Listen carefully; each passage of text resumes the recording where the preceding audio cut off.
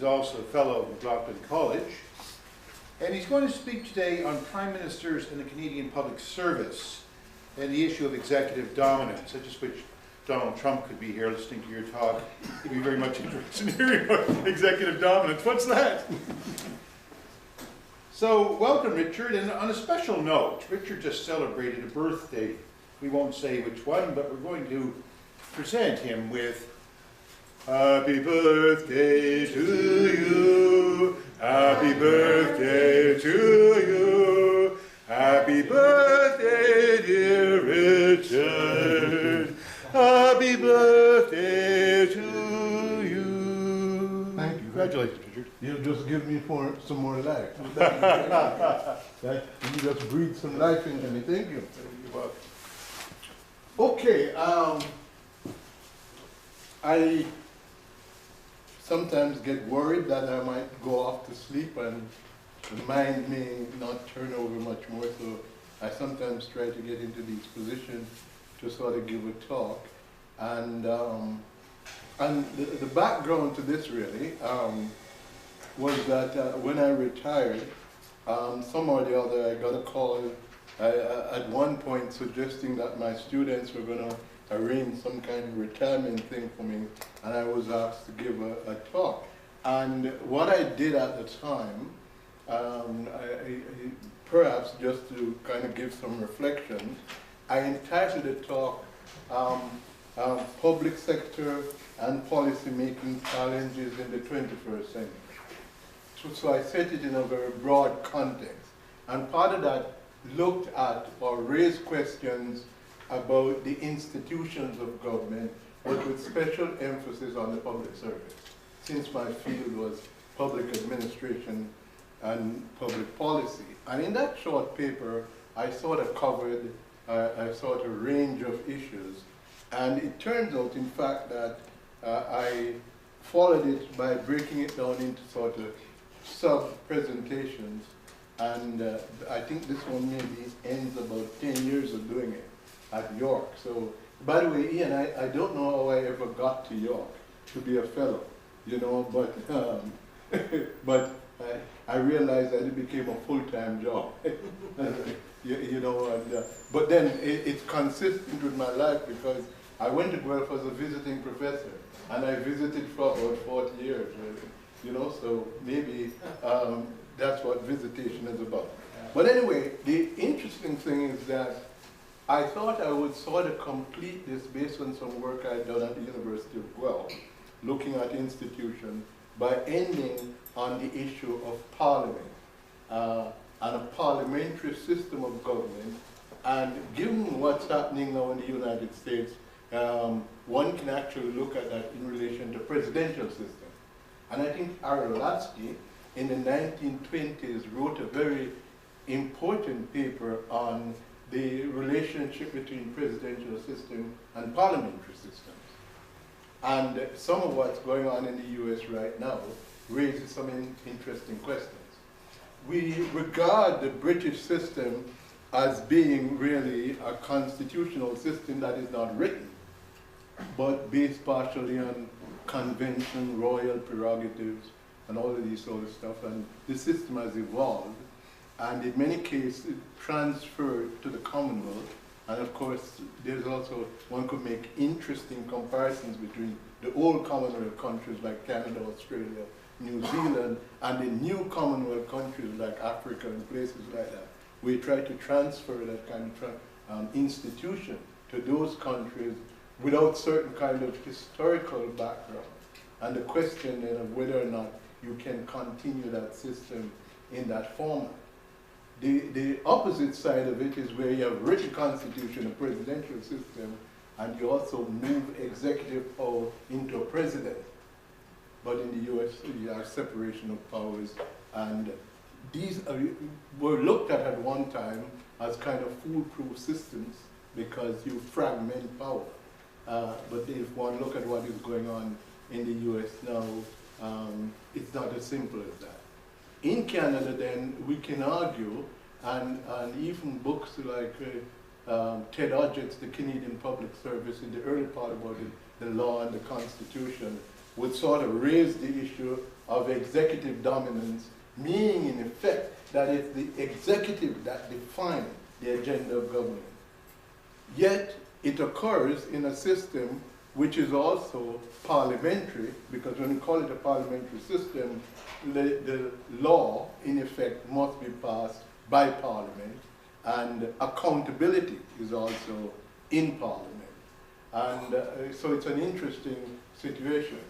But again, when I was doing British Constitution as a teenager, one of the interesting things was the British Constitution didn't necessarily recognize political parties. And as a matter of fact, political parties were not well organized until relatively recent. So one of the problems in the constitutional system is that one doesn't factor in very well the behavior of political parties. Where you call responsible government and stuff like that. So in a way, we have a situation where you have Parliament, you have the Queen in council, or the Prime Minister in council, you know, certain prerogatives from the royal tradition, and which can still exercise a lot of residual powers.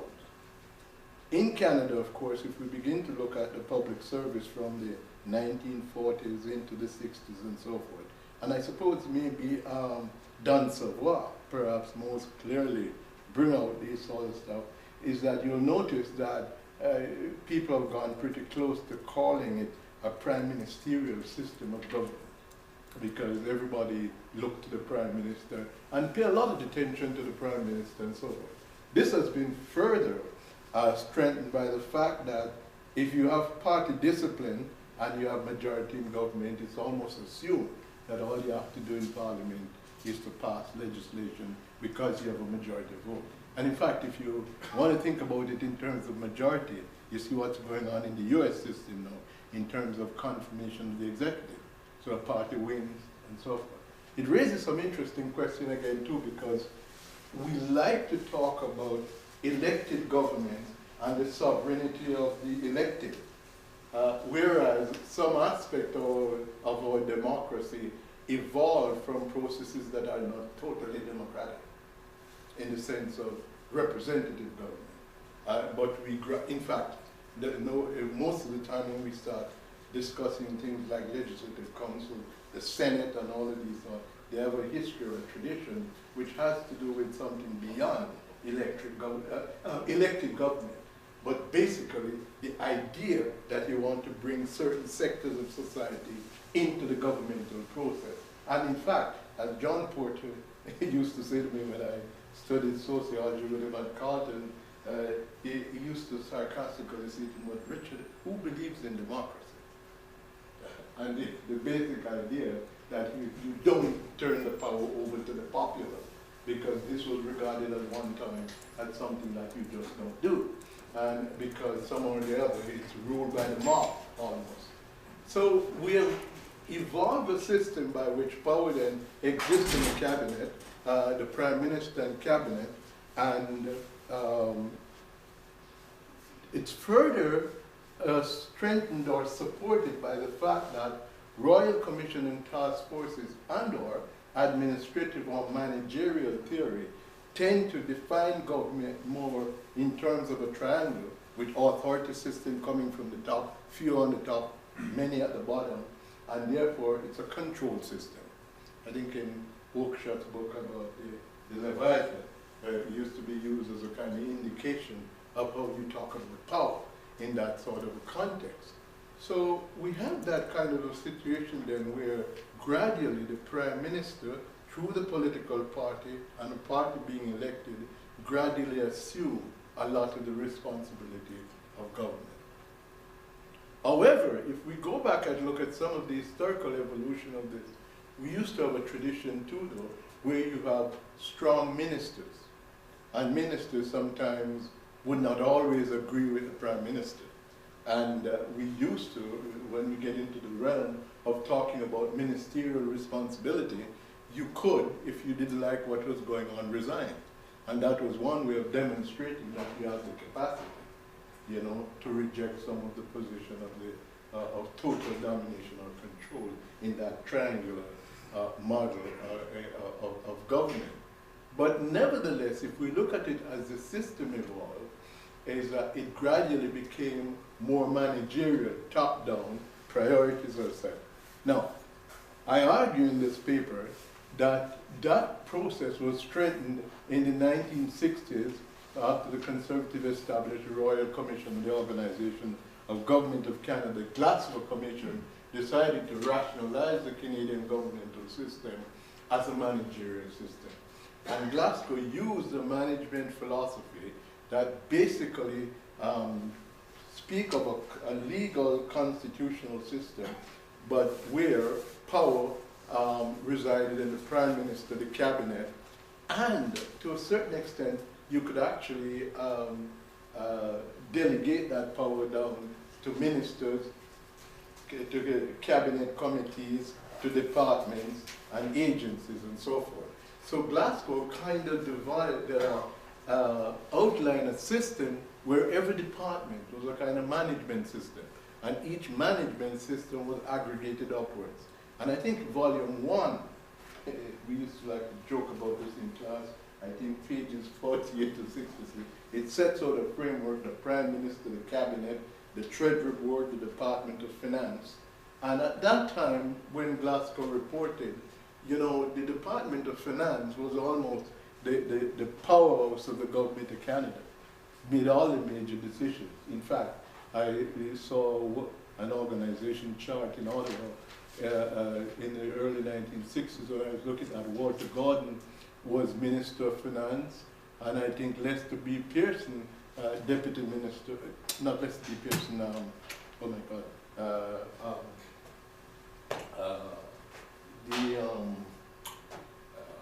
Bob Bryce, Deputy Minister of Finance, and the Assistant Deputy Minister of Finance. But in effect, the Minister of Finance had almost all the responsibilities. So what Glasgow did, it recommended the differentiation of those roles from finance to the Privy Council to the Treasury Board, and the managerial function were to go under a separate department called the Treasury Board, under a minister called the President of the Treasury Board. And it's interesting that Glasgow defined that in the early 1960s, but it was not until 1998 that in Ottawa they designated the Treasury Board as the managerial committee of cabinet. Again, emphasizing the fact that government was really concerned with management, and that the priorities and things like that should be looked at from the Prime Minister. Now, just after 10 years or so, the Glasgow system was working very well, but then again, the Auditor General, again, looking at the historical role of the Department of Finance, basically argued that the financial system was a mess. And basically what it amounted to the fact that finance that used to control the system basically was downgraded, and power began to flow more to the PCO, the Privy Council office, and also eventually the Prime Minister's office.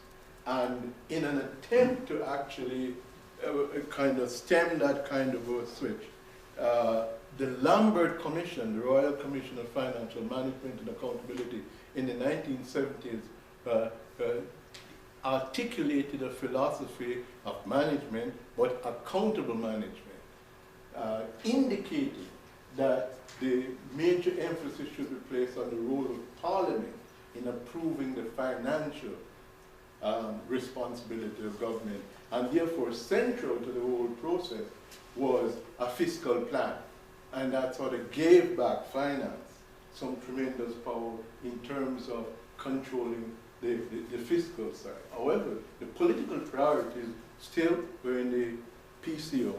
You put it in that context, and I noticed Saval pointing out that a lot of people got appointed to government after that. Mostly came from the PCO and stuff like this. And then, of course, too, there was a separation of the Prime Minister's office from the Privy Council office, which shifted powers again to the Prime Minister and as head of the political party, and so forth. So gradually we began, if you look at the literature, nearly everybody was writing, including Saval, that the system was strictly a prime ministerial.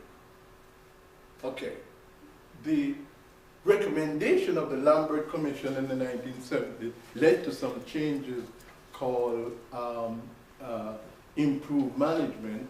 But it's interesting too that to get around the idea of any kind of central control in the triangular set structure, Lambert argued that the system should be what you call a mutually compatible management system. And what it was really doing is begin to argue that the Public Service Commission, the Treasury Board, Finance, the PCO, all had responsibilities, and it was kind of federalized in that kind of sense.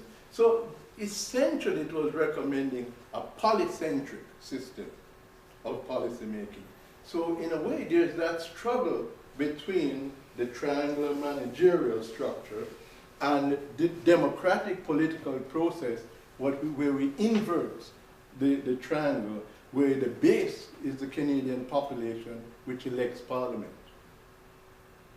And the only way you're going to get that broader sector of the society to have an input into the system is to have a more efficient and effective parliament. But again, like in Britain, and the arguments were being made there, a lot of literature in Britain was actually writing about almost the failure of parliament to control. So the issue we're talking about democratic government and parliamentary government, you kind of have a paradox.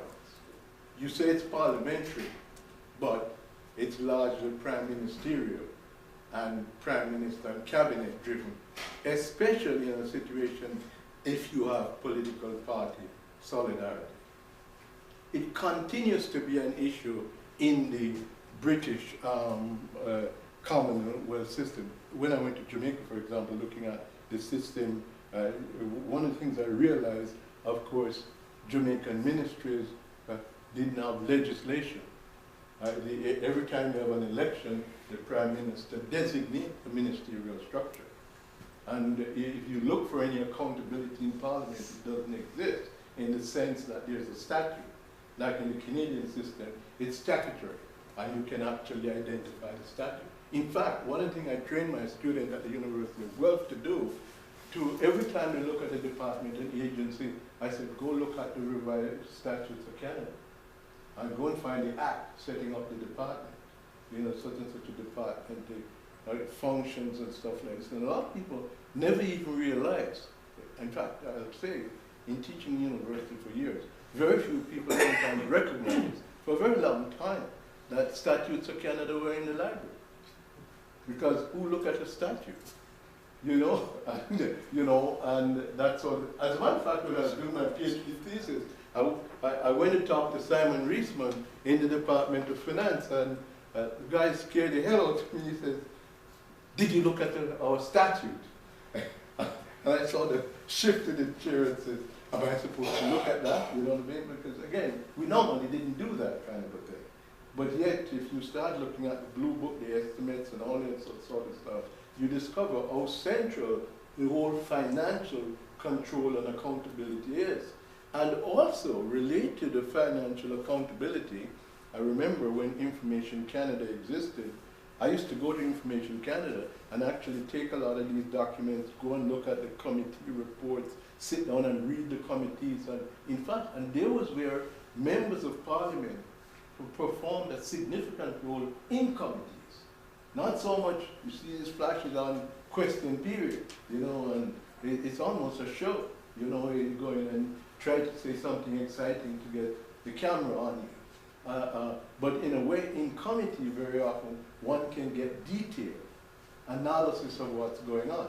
And another thing which I had to look at, I did my doctoral thesis on the Economic Council of Canada, and somewhere in the brief about this paper, I made the point that when the Economic Council of Canada was created in 1963, the idea was that it was going to report to Parliament on the possibility of effective and efficient economic performance.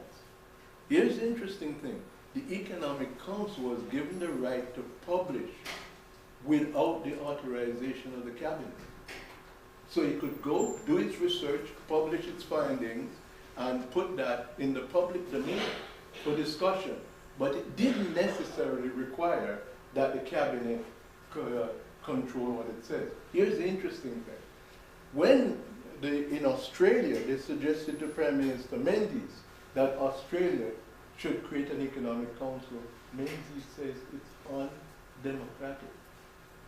You are going to give a body information to submit before that the government has no control over.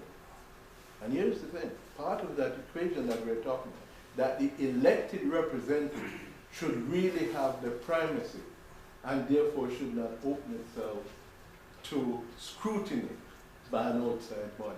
Now, this is part of the paradox of the democratic process, because you're really saying the elected official, really has sovereignty or legitimacy, and therefore it should not be subject to other kind of scrutiny. My thesis on the Economic Council, for a decade or so, the issue became a toss-up between the Economic Council and the Department of Finance.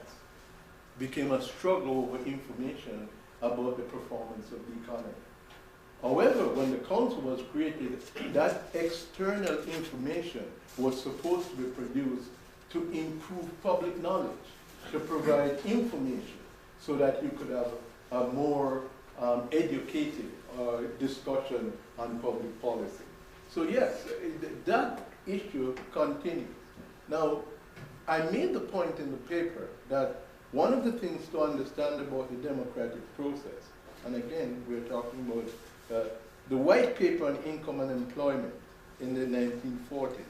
And by the way, also Trump is talking about full employment now.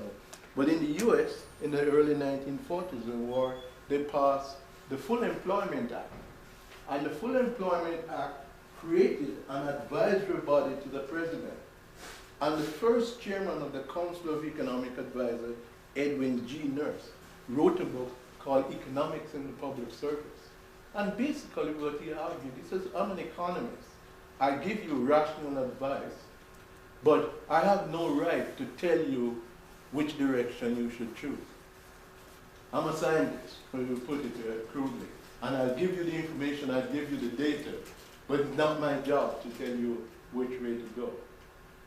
From that period on, in the US economic system, the Council of Economic Advisors went through a whole series of discussions over the years to find economists who would take the job as the major economic advisor who will take a political position.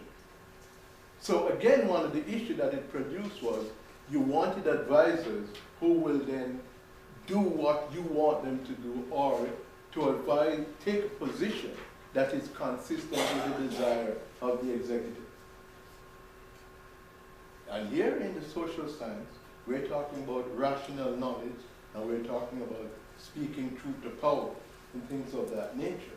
And it raises a question then about the whole notion of scientific information, how it's presented. But as you know, in the social science, there is then that issue of value judgment. So I'm arguing that from the 1940s, these ideas came into the political discourse.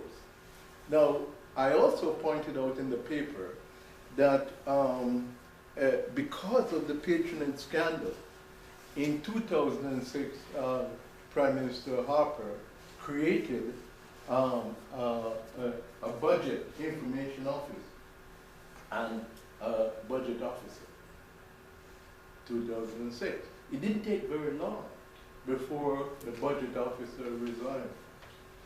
And the budget officer resigned almost on the same sort of ground about the debate over the Economic Council and stuff like that, because he wanted information that the executive just wouldn't give him. A position that the Harper government argued when it was in opposition. Gets in power.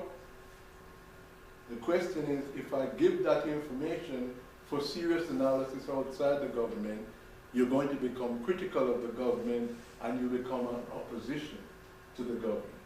Here's the interesting thing.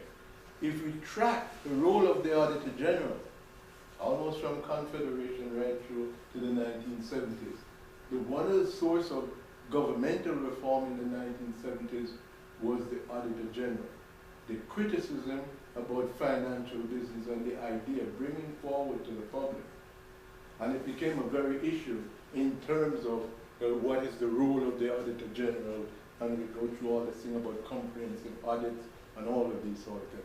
I'm arguing that to a certain extent, our managerial theory and our political democratic theory clashes on this subject.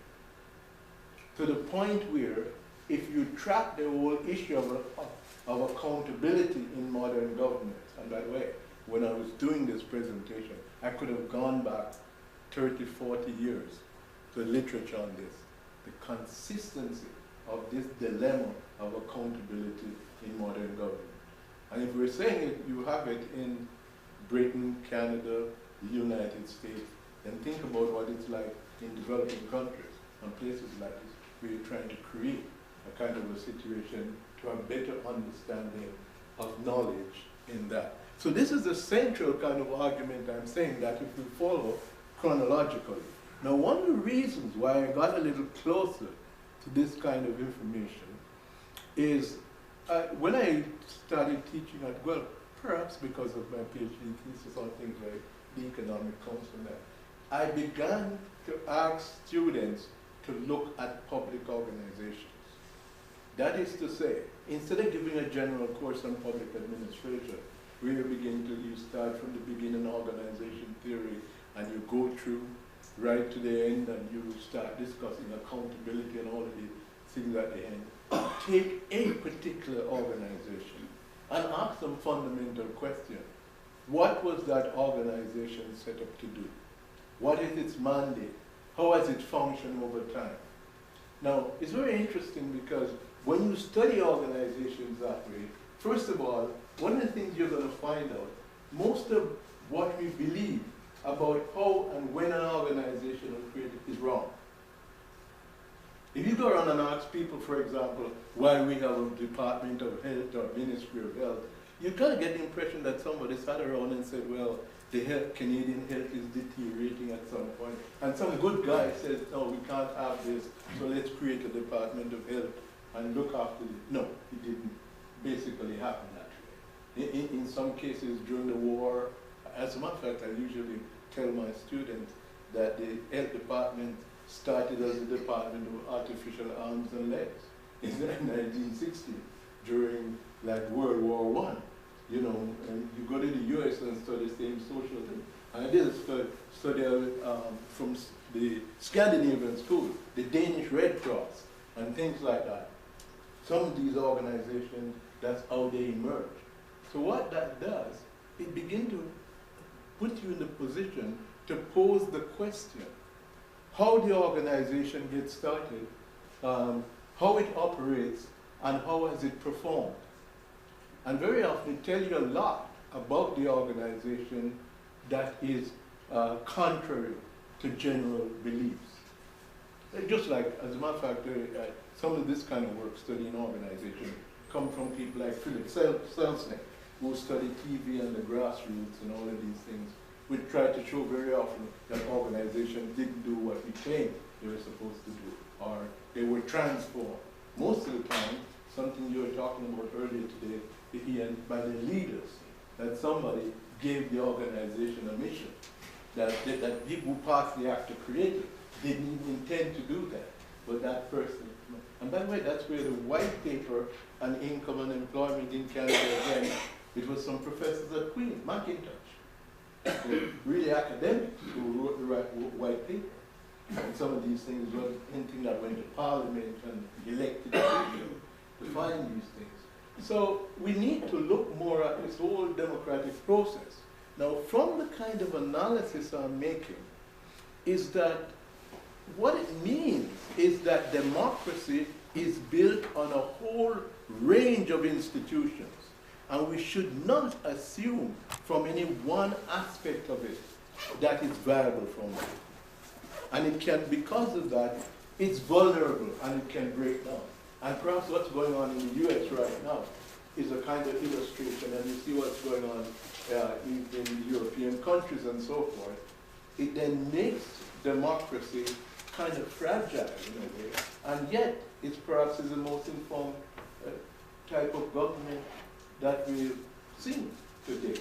But the question is the fragility, and that's why in the paper I use this inverted triangle to kind of show these competing sort of things.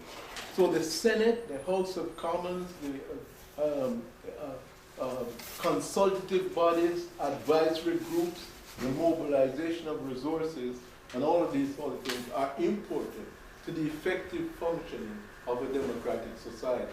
And that's why we need to, and by the way, in our teaching of public administration, and this is one of the things I was trying to do in some of the courses I gave at Guelph, was to try and show how important it is for us to better understand our institution. But let me give an example, for example. I taught a course at Guelph called the Politics of Agriculture. And I was trying to help shape my discipline, political science, and I said, well, if we're at Guelph, we should look more carefully at agriculture. And you know, Guelph had a group of scientific people, and a very powerful institution called the Ontario Institute of Agrologists. And this was like a powerful subgroup that came out of agricultural colleges. And based on their training, that played a very important role in agricultural policy at the federal level and also at the provincial level, the Ontario Ministry of Agriculture and Food. In fact, Dr. Anna, who was head of the food system branch in Agriculture Canada in 1975, I remember when I talked to him, we went over certain things that they were doing here, and it provided the basis of what is now the Food Inspection Agency in Canada. A group of professionals that and start talking about the importance of having a good food policy in Canada, and some of these things developed from that point of view. So one of the things that I'm actually saying here is that this idea of looking at how the decision-making process has developed in Canada, we've paid a lot of attention to the development of policy making around the Prime Minister and Cabinet, around the central agencies, and sometimes not enough about the broader realm of governmental decision making. One of the reasons why that is not done too, it doesn't seem to be so attractive. Those are the guys who are in the departments, and well, I think some people used to make the case that a deputy minister of agriculture should know something about cows and and goats and stuff like that and so forth. We know the modern department function in a fundamentally different way. But I know in the early days when you're looking at how some of these departments go, it's amazing to understand the tradition of how departments and policy-making bodies develop. Where I'm suggesting, though, that perhaps we're not paid enough attention to is to have Parliament functioning more effectively in evaluating the role of departments and agencies and stuff like this. Not that it doesn't happen. It happened in the estimates. But if you're looking at how the process is done very often, and let's take, for instance, the Harper government again, when they began putting through a lot of what you call omnibus bills, they were so comprehensive that even the members of Parliament as a whole, when it's going through, wouldn't understand what the hell is going on, even with their closeness to government and so forth, because it was no longer legislation that were in a micromanagerial sense that could be understood. And part of that too is the comprehensiveness of how decision making has become. And it is, I spend some time sometimes I know Nicholas Henry in the United States, I correspond a lot with him. His book on public administration, the States, is going into its 13th edition. And we talk about some of these things sometimes by email. And one of the problems that you find very often too, public administration as a discipline had a very difficult time surviving in departments and universities. The problem was nobody knew exactly where to locate it. Whether it goes in a political science department. As a matter of fact, that's how I got talking to Nicholas Henry in the US. he had a chapter in his book on public administration, A Century in a Quandary. And the theme of the chapter was the locus and focus of public administration. What is public administration? Where do you put it? Is it political science? Is it administrative science? Is it economics? It is. And some people argue that it's none of those things, and it's all of those things in order to understand the public sector. And these are some of the difficulties that go on in understanding public sphere, and some of the difficulty in trying to understand public administration and to get a better control over it. Now, I give you this as a kind of overview, and I circulated some points, largely because I realized that this would be almost too much in a way to talk about in half an hour, which I didn't intend to talk more than about that.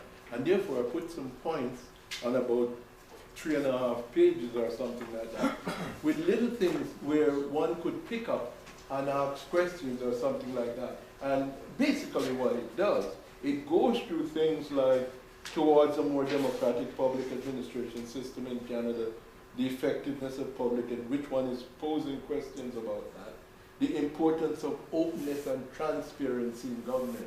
How do we get more open and more transparent government?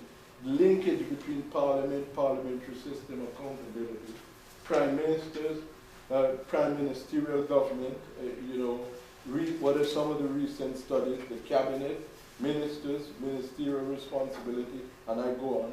I mentioned the white paper on income and employment, the Economic Council Act, the Parliamentary Budget Office, and I give those as examples. Why did those things achieve?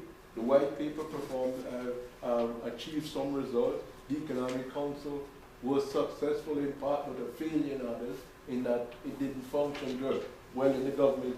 And the Parliamentary Budget Office was intended to do good things, but again, the government didn't accept it. Question I'm posing, why?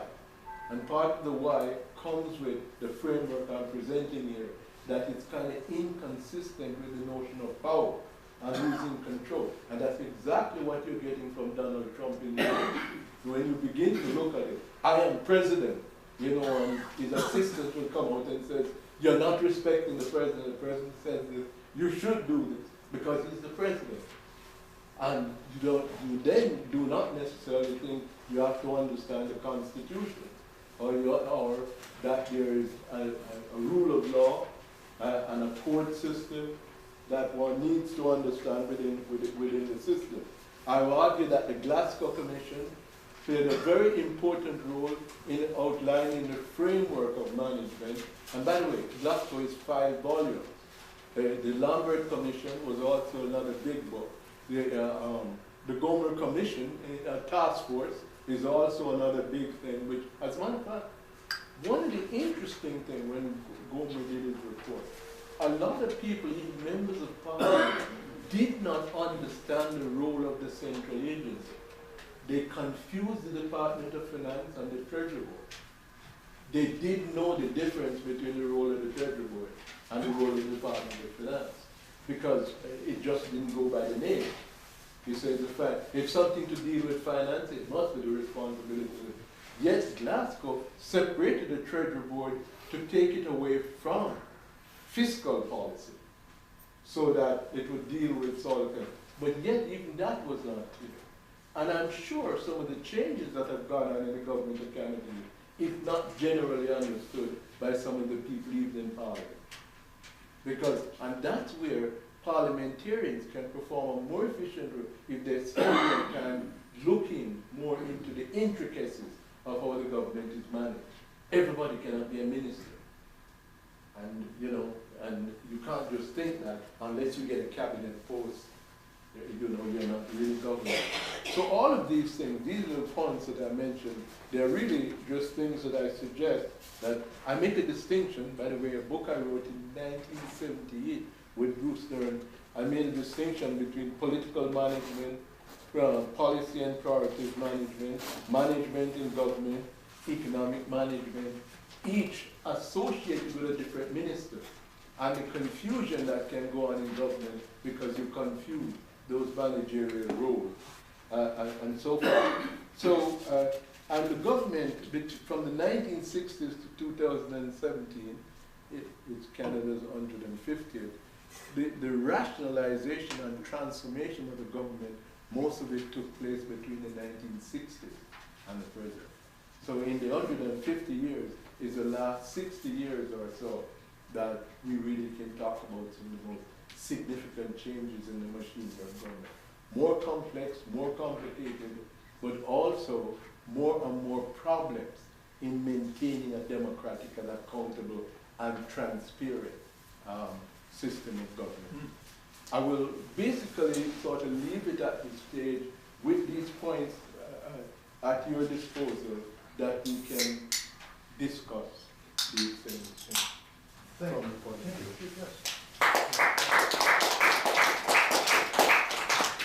Well, turn over to our questions now. Does anybody have a question for Richard? Yeah, perhaps I can. Oh, No, you go ahead. Well, I was wondering, Richard, you've got these two models. You've got the managerial model and you've got the political model. And I was wondering to what extent those two models have influenced where you place public administration and public policy in the university. Well, okay. Well, basically, most of public administration is really the organizational model. By the way, I skipped certain parts of my work in this thing because in my coverage of this course, I do a kind of comprehensive review of organization theories. One of the things about politics, we have to understand politics in relation to organization theory. And when I say organization, administrative as well as other aspects of theories. And Gulick and Erwick and Taylorism and all of these, a good part of management is engineering. The Army Corps of Engineers. We do a lot in the southern United States, and every river valley area you look at, you see the work of the Army Corps of Engineers. And basically, it's engineering in terms of setting up systems to measure performance. And the idea, and in fact, even what we call city management, the background of more kind of scientific management, was how to make organization more efficient and effective. Span of control, division of labor, unity of command, all of these things. As a matter of fact, when I started doing public administration at Carleton in the early 1960s, I think one of the textbooks was Newman Administrative Action. It was more like kind of office management. How you file, how you do, how you design, how you organize. And to a certain extent, the idea was a public servant was being trained more or less to how you just make administrative decisions. And as a matter of fact, those days, you have policy and administrative dichotomy, where somebody's going to deal with a policy and administrators were actually going to just execute and carry out those sort of things. But then again, organization theory went through a lot of phases where you're looking at the micro internal structure of organization to where you start to call open system theories of organization, where you're not looking so much inside the organization, but how the environment impact upon the organization.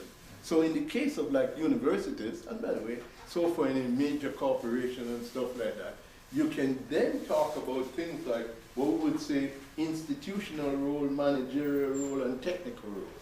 And these are different levels of administrative principles.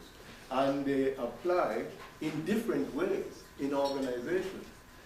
But now we take a much more comprehensive view of organization theory. And in the kinds of discussions that I'm talking about here, is that people like Etzioni, complex organization, Amita Etzioni, but there's also Etzioni that has written about things like bureaucracy and democracy, that you're talking about the relationship between political parties and public servants and all of these. There's a whole lot of theories dealing with the complexity of that kind of relationship. And perhaps some of it even based on conventions about understanding the complexity in political, administrative, and managerial roles, and very complex kind of relationships that can be developed. Now, sometimes people go to these things and overly simplify them. People who think that they study organizer and they understand organization tend to simplify it in that. Now, the difference I'm making between the idea that the political process go from a broad base to a narrow base, partially because the many cannot really make day-to-day decisions. So you have to organize people in order to make decisions. And span of control, unity of command, and all of these are designed to facilitate decisions. By the way, Herbert Simon, the Nobel Prize winner, a very important writer in public administration, administrative behavior, as well as Simon and Smith for public administration. I mean, his whole idea was to ask, why do people join organizations? To make more efficient decisions. And you go through that process of an organization function, and it's to create greater efficiency in decision making. The political base, though, call for more and more input into organization, more like an aggregative or macro kind of a thing. And that's what I'm arguing, that those are two competing kind of. Then, of course, if you take things into consideration like federal systems of government, then you have other complications that get into it that you're not dealing like with unitary states and all of these things.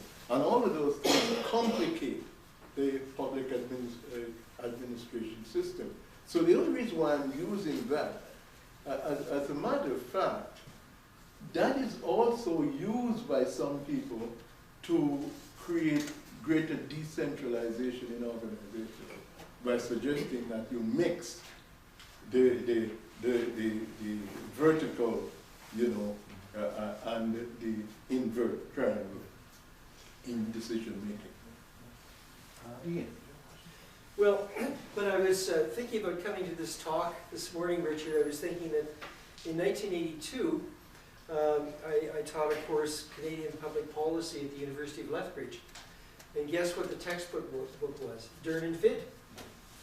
And I was also working for the Alberta Social Services at that time.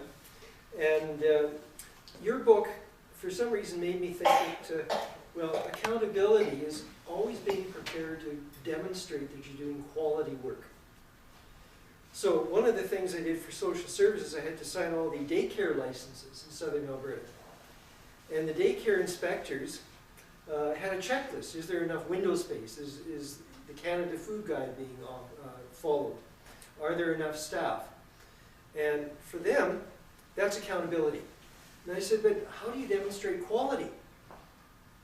Oh, never thought of that before. To me, that was the whole point. You have to demonstrate quality. So anyway, we had the first system of evaluation of daycare centers in Canada. And it just took off after that. So thanks to you, Richard, that we started that movement. Gomery, many of the recommendations have not been implemented, including the recommendation that if a minister asks a deputy to do something illegal, then the deputy has to send a letter to the Auditor General. How wonderful that would be. Is it ever going to happen? No.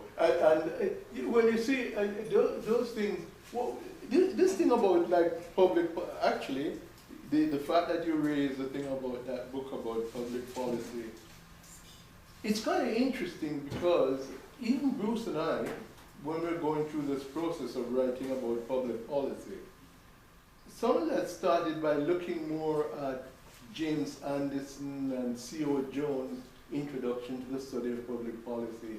And you, again, break down decision-making and policy-making into steps, or stages, and you go through that kind of a process. And all of it, again, based on the idea that it's rational, and you go through these processes and you follow it in that step. But then, that's how you set it up. But it is not as easy to do as it appears that way. And also, the other thing about the relationship between public administration and public policy too, to sometimes talk about public policy making without public administration is like talking about a body without a skeleton. Because it sounds very fancy and you can talk about it, but it was almost like a government without a public service. Yeah, and you know, again, I've been talking about this at home since the election going on. You have all this going on between, you know, Trump and Clinton during the election, and nobody would believe during the American election that the United States have a public service. You know, if you follow the whole thing, it was all being done by the Congress and these people and the president and this sort of stuff.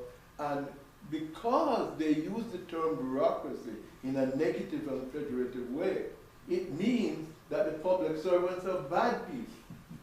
You know, and in fact, it means to a certain extent they're responsible for all the inefficiency in the American system of government. And if you want to see some inefficiency, just watch the appointment process that just went through the Senate and stuff like that in the US, where there was no serious, realistic analysis of whether the person was qualified or not. And the other thing to realize, talking about these two different diagrams here too, is that a good part of all the discussion about policy in the United States is put in ideology. The idea that the Republicans will actually claim that the Democrats want to build bureaucracy.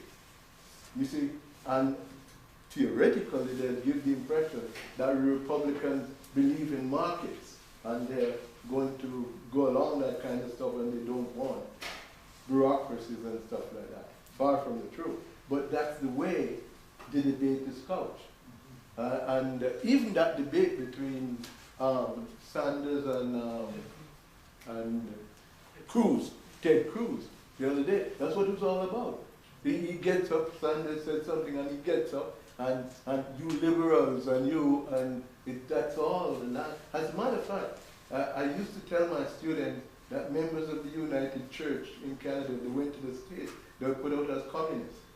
They could never cross the border. Now that's when you need a wall between Canada and the United States, because if you're a member of the United Church, that's basically what would happen to you in terms of the belief system in that. So there are fundamental questions about in understanding public administration and politics from that. And by the way, that's why one of the best books I know in this Peter Self, London School of Economics, Administrative Theory and Politics.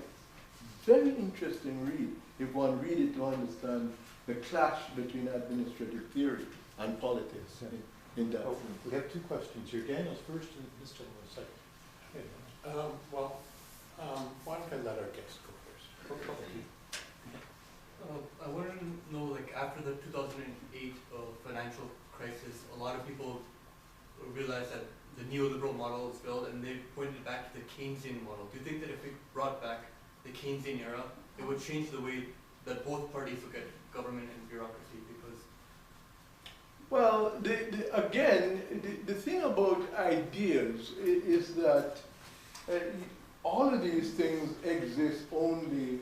By the way, I also believe, let me be categorical here, that I do believe in the scientific method and scientific thinking. The only thing I'm actually suggesting that you have to adapt it to real situations. As a matter of fact, I wrote a paper in a book in 1980. Davide did a book on the administrative state in Canada. And I said the administrative state and the limits of rationality. And it's the same kind of argument I'm presenting here. To say, yes, there is that rational approach, and you look at things in that sort of context.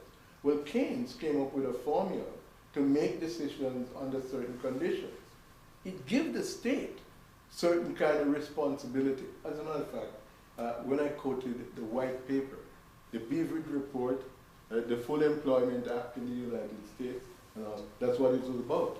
That government could function in society as a kind of stabilizer.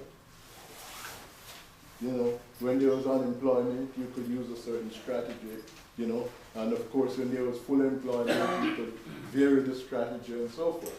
So in a way, those things are useful, but it was never ever intended that you just follow that indefinitely. Mm-hmm. It was never intended. Great. Yes.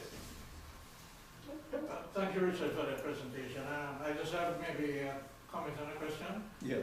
My comment is that, as you know, from time to time I visit the Caribbean and I detect there, with colleagues in the United States and colleagues in Canada, are really interested in opening up a conversation about this ministerial overreach or executive overreach from the political directorate. And there's a feeling of impotence on the part of the bureaucracy. You know, to start a conversation, so they think it's necessary. And the second part of the second question is really, we're also seeing in the UK with Brexit, in the United States now with the Supreme Court being brought in, and in the Caribbean in several interesting cases, the interest of the public being presented to the courts for their determination to solve some of the problems which you have outlined when the two systems clash. What do you think the courts are well prepared for this, and is there any other way to resolve this matter of the lack of the conversation before we get to the courts? Well, one of the sheets that I have here start with the whole idea that democracy is a very complex system. And following that line of argument, well, you know, actually, I even go one step further. Most of what we were doing when we talk about Weberian bureaucracy is that, and a lot of social scientists don't really understand Weber. It sounds nice when you say legal rational system, and you use this comparative historical analysis and talk about history and rationality and so forth. And rationality can be interpreted in a lot of different ways, in terms of science, you know, rational thinking and stuff like that. And in many cases, the bureaucracy became, bureaucracy was used subsequently as a pejorative concept. Weber was talking about an element of professionalism. People trained, reaching. So really what you're talking about, the public servant going to that kind of point of view to say, I'm a professional. I want to look at my job from a professional point of view and do what, because I'm an engineer, because I'm a doctor, because I'm whatever in the professions. And that's part of what the whole idea of bureaucracy and bureaucratic organizations are really about. This is not in its pure form. You know, this is not say every time something goes in that kind of fashion. But that gets abused. In fact, some powers, well, let me talk about boards in the agricultural field. For example, a lot of agricultural legislation gave power to agricultural groups to have sovereignty. The milk marketing board, you know, the dairy commission, go and look at their statutes, and that's basically what they do. The argument in the free market about agricultural policy is an argument against giving special kind of power to boards and commissions. Okay? And it was deliberately done by the state. And that was considered to be one way to protect and defend agriculture, instead of allowing it to go in the open market. And you know, of course, that's when you would have, as a matter of fact, I wrote some piece the other day. My first job in the Ministry of Finance in Jamaica was a bank for farm workers who came to the United States. Of course, nowadays they come to Canada and stuff like that too, under certain war measures by which they'll come. The government would deduct money from them and stuff like this. And when they finish their contract in the state or Canada, they'll come to the bank, collect their money, when they're away, money would be given to their families, their dependents and stuff like that. So it functions as a kind of stabilization system. By the way, I was talking to two people working in the post office the other day with coffee in the Stone Road Mall, and pointed out that the post office was a bank in the early days. If you go back to look at how these institutions developed. So we need to understand these institutions from that point of view. And public servants, by the way, I should also point out that I started my career as a public servant. I first understood government in the context of what I'm talking about here, in the Ministry of Finance. And the person who perhaps taught me most in the 2 years or so that I was in the ministry was the auditor. In the British system, the accountant general kind of stuff. These guys who do the pre-audit kind of stuff. And would sit down and how you question expenditures, whether it's legal or what have you.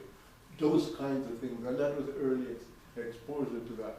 But if the public servants are not strong enough in those countries, I was just listening to people talking about Mugabe in Zimbabwe and places like that, then someone will take over the government and basically you're not going to have any professional public servants.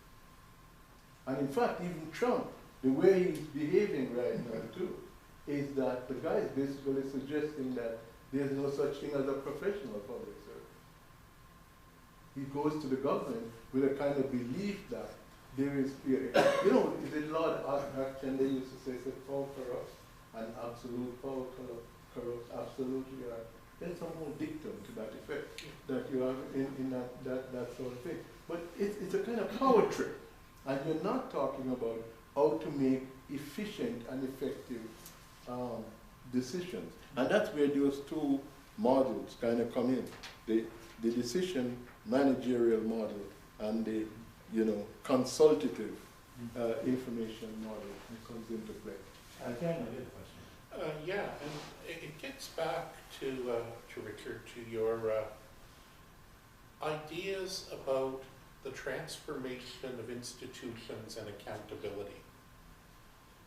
One of the things that struck me over the last couple of days is we've gotten both in government and in academia really trapped in these very formalized models of accountability and success, whereby accountability is something that fulfills the legislative and regulatory intent of the political actors, and success is a program with whatever metrics positively achieves that accountable goal. So if you did what the Prime Minister said or Parliament authorized, you're accountable. If you did it well, you're successful. And we've gotten kind of hooked into this. But what we know from history and all walks of human life, whether it's government or whether it's business or whether it's families, a lot of good intention actions are utter failures. And it strikes me we don't really take, so you can't be accountable if you didn't achieve the intent of you can be accountable if you achieve the intent of the Parliament, but it's an accountable failure. But that's not what we do. As you pointed out, if an institution doesn't have a purpose, it evolves into something else. The post office evolves into a bank. But somehow our models of accountability would call that an unaccountable, for a bureaucrat who takes garbage and turns it into success is unaccountable. And so it strikes me that your work is pointing to the need to somehow reformulate accountability so that we can take account of that successful action to take something that's failing and make something positive out of it for the public. It strikes me that there's something well, one of the things that I suppose I found in looking at some organization. You know, it's funny, the Canada Yearbook of 1920, I was trying to do some background work on the Department of Health and Welfare. And in the 1920 yearbook, I come across a kind of sentence, paraphrasing it, it said something like this.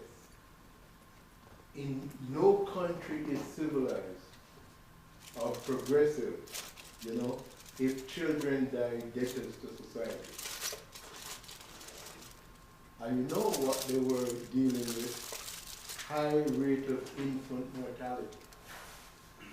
What they were really saying in the type of economic analysis that we're doing, that too many babies were dying, but when they died, the problem was they died before they could produce anything.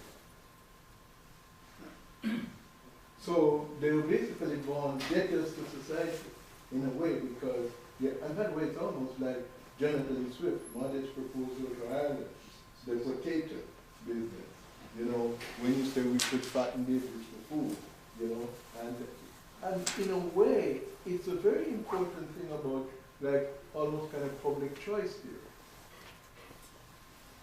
Now, what this suggests, and going back to the health situation in 1970, in 1989, Health Canada put out a report, and what the report says, health and welfare in Canada, and what it basically showed, coming from 1920 to 1989, that in a way, instead of having high infant mortality, people were living longer. The critical policy choice now, whether we should assist them to live any longer, because they were now a cost to society. I show you to follow in that logic. Now, so there's a sense in which you have to kind of change the scale. Now, someplace in the discussion that I'm doing here, I mentioned Bertrand Gross' social system accounting.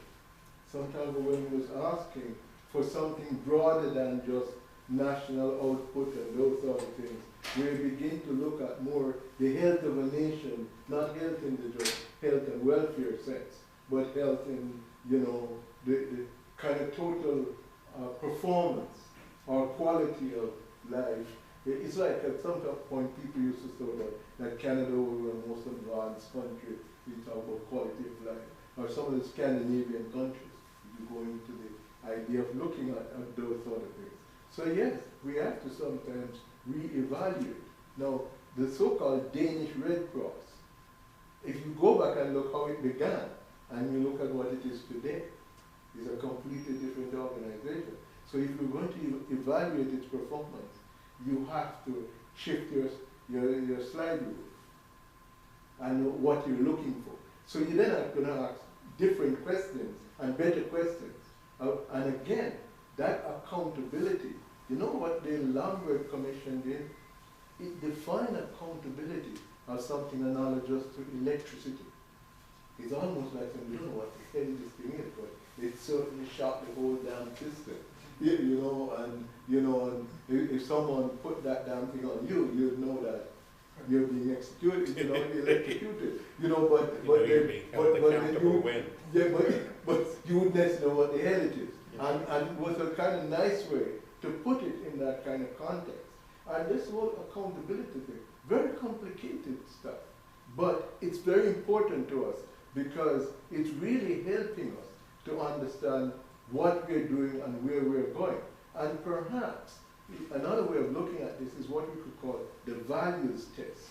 What are the values? What are society doing? Again, if you use the U.S. situation now, this whole Muslim, ban. You know, why are we doing this and what is it supposed to achieve? You know, and it's a very good question to pose. But if you just say, well, the people are coming to get us, you know, but the question is, we don't know who they are, and we don't know what their intents are, but we know that they're dangerous and they're coming to get us. But we'll have to find some better ways to really define our problem and look at it in that kind of context. And one of the things that the election didn't do in the US, it didn't really, I was arguing this when I was looking at it all the time, that the issues were not really well put out to the American public. You know, a lot of it was very populist kind of statements and stuff like this. And I don't know the extent to which that helped us to get a more democratic system. Well, thank you very much, Richard. And there's no problem of executive dominance here at McLaughlin College. The master of the college asked me to fill in for him today, and I'm pleased to present you with a gift. It can't be obtained with money. It's that precious. It only is given to people who give a presentation here at McLaughlin College. Thank you very much, Richard. Okay, thank you very much.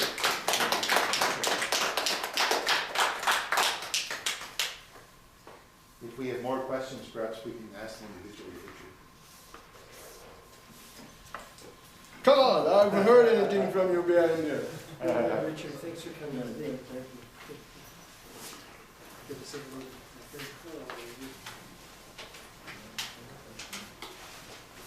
Accountability on the TTC. Hey, Laura, how you doing? There he is. Jama. Hi, how are you doing? 10, 15 minutes. I know, and that's why, you know, again, I keep trying to drop a note.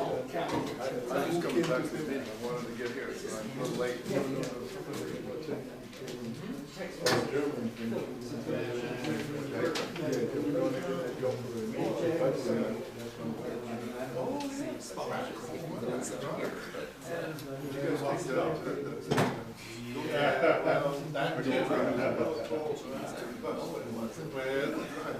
When you live in an apartment, there aren't many options.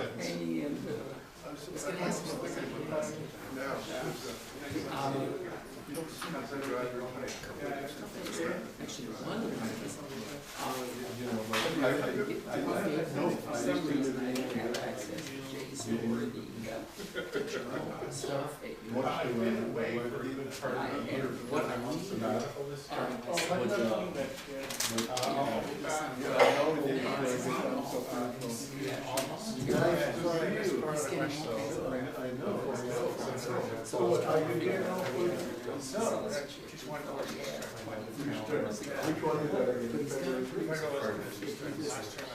that he was in Canada as many years as he can. That's very good. Interesting stuff. I think it's something. It's just that.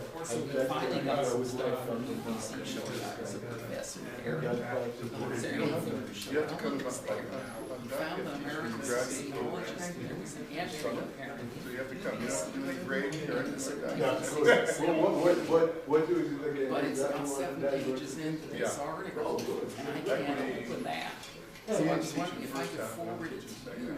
Yeah. You know, if you could open it, just send me whatever page it is, then we can fax it to him, because that would really, I think that'll help to show that he must have been there. His two parents were there at the time.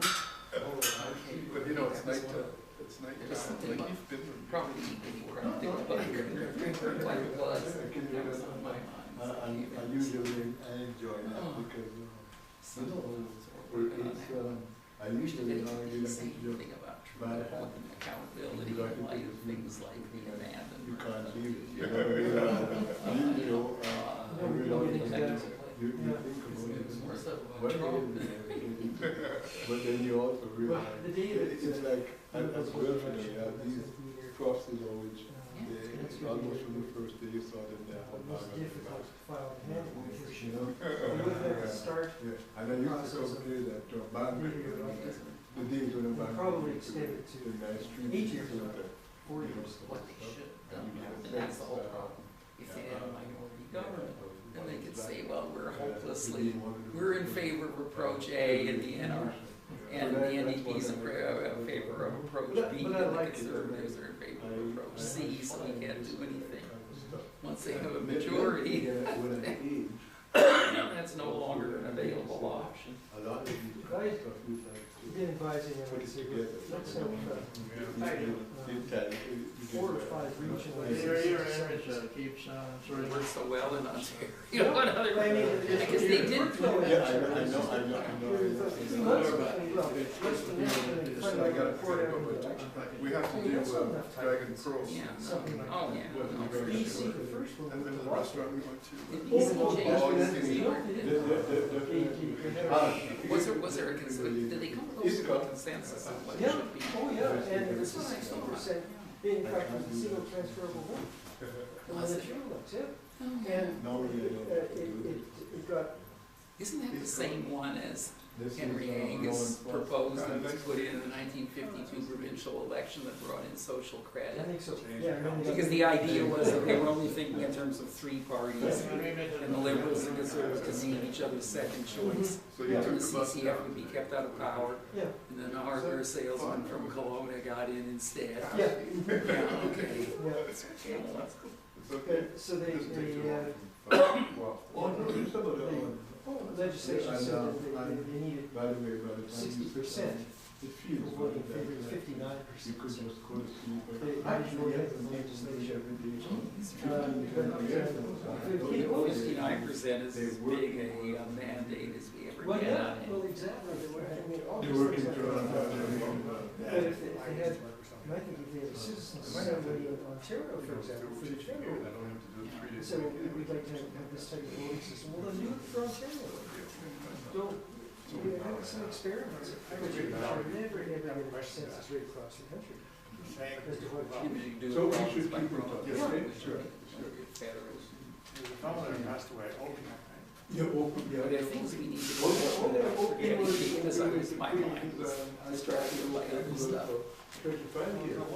Because at one point I thought to myself, we should get together because there's X or Y. oh, yeah, are you gonna be here on, I'm not sure. February the 26th? What I that should be, we just check whether I've already written something down or.